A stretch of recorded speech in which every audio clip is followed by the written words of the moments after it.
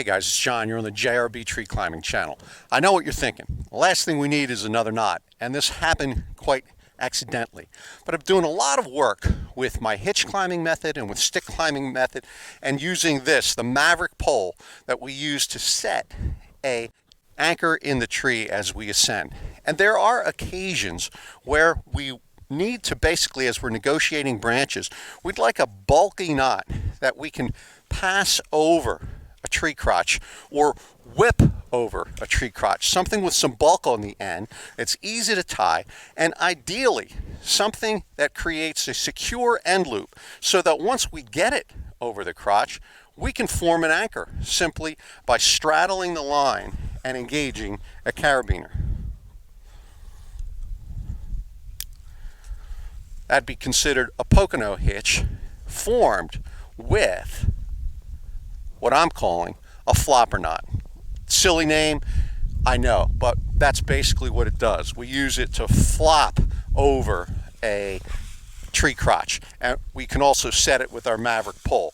I'm going to step back here to this tree, which has got a lot of sentimental value. I planted it when I was just a boy. It is an American chestnut, and it is bearing fruit.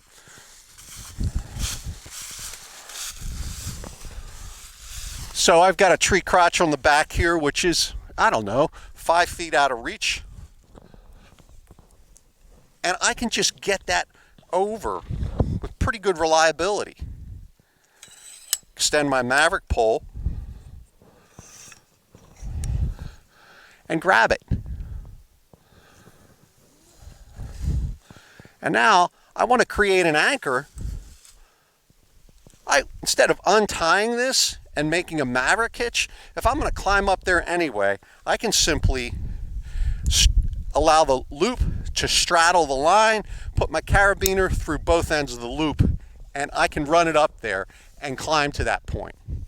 It's not a highly retrievable anchor, and so I don't necessarily recommend it for remote retrieval, but it's a tool in our toolbox, and I want to make sure that you understand what I'm using before you see it in a tree.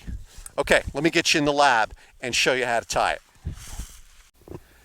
Okay, now please refer back to my prior video on tying the scaffold knot, poacher's knot, and overhand noose knots. That's prerequisite knowledge. You'll recall that tying a poacher's knot works this way. I hold the end of the rope and I go make an overhand, second overhand, and slide this through. This is prerequisite knowledge. That's how we make a poacher's knot, which is a secure, cinching loop knot. The flopper knot is effectively a poacher's knot, but what I'm going to do is I'm going to grab about 6 feet of this. How long is 6 feet? Well, I can measure it with a wingspan. See my recent video on the human measuring stick. I know that this is about 6 feet of rope, and here is the end. I'm going to form a poacher's knot right here. I'm going to do it kind of loose using 2 strands. 1, 2. And then take both of these and shoot them through.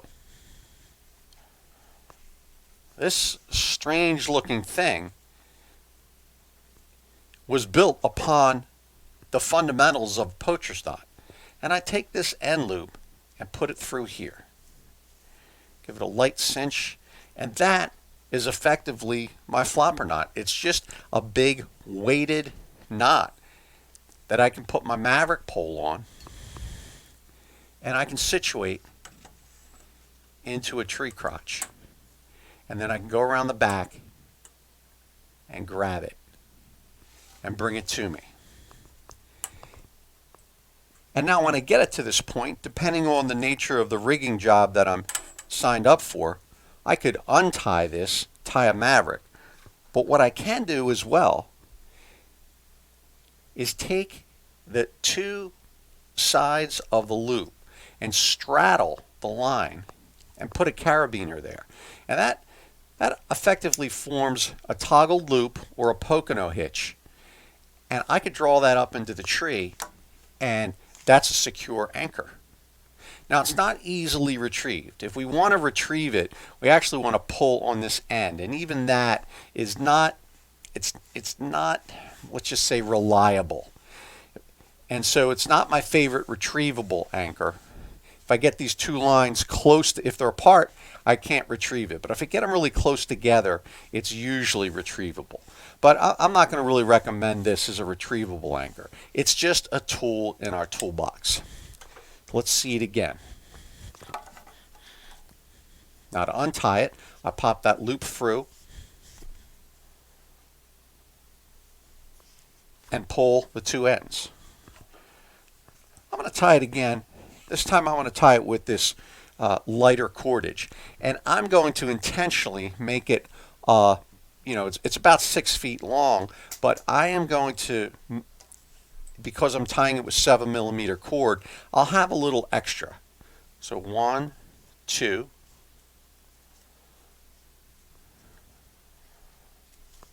shoot this through. So we always want to make sure, that our tail's sticking out. But see how much extra loop I have now? Well, I can work that around. I'm not really pretty about how I do it. I can work that around a couple times and then pull that through. Both of these. And now I've got a flopper knot, but it's got a couple extra passes. And this is a little bit more significant. If you wanted to whip that or reach up with something higher, with a pole with a higher reach, it's got a little bit more mass to hold its position. Fish it around, and again, we've got options here with this end in terms of what we want to do. To untie it, we always pull the loop through first, and then the ends. Now, okay, let's start from the beginning. Remember a poacher's knot? Grab the end around twice, put a loop through.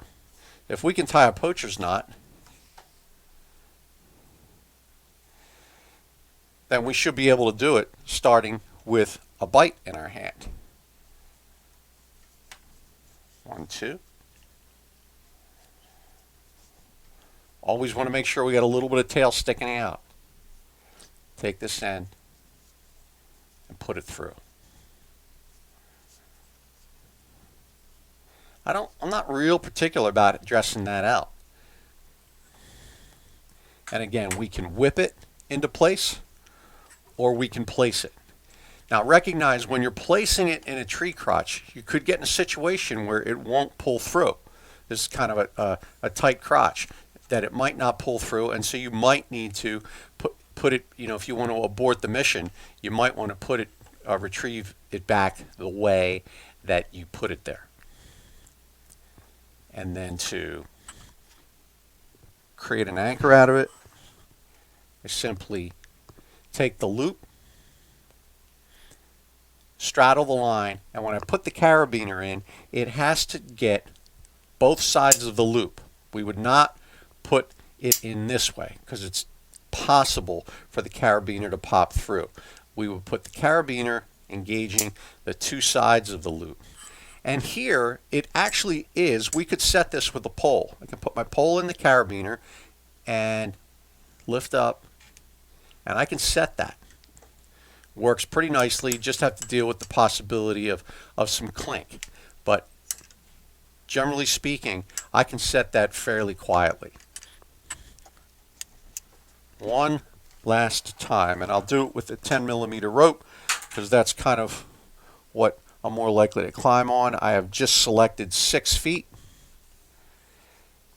I don't take the midpoint. I take it about 1/3 on the left side and 2/3 on the right side.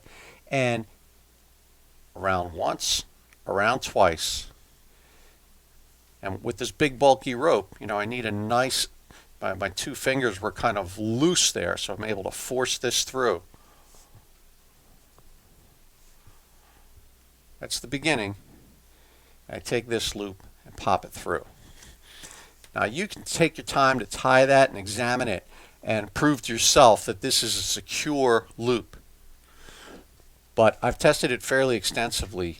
We can't test the strength of this with a static rope climb. Pop it up in the tree, and to lock it,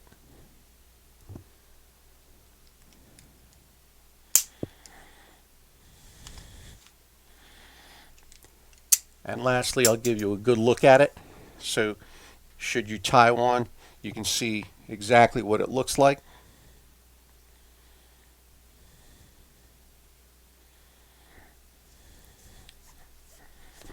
Untie it,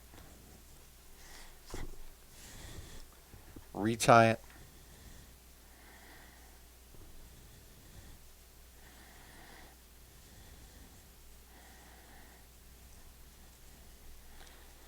make sure you know how to tie a poacher's knot before you try the flopper.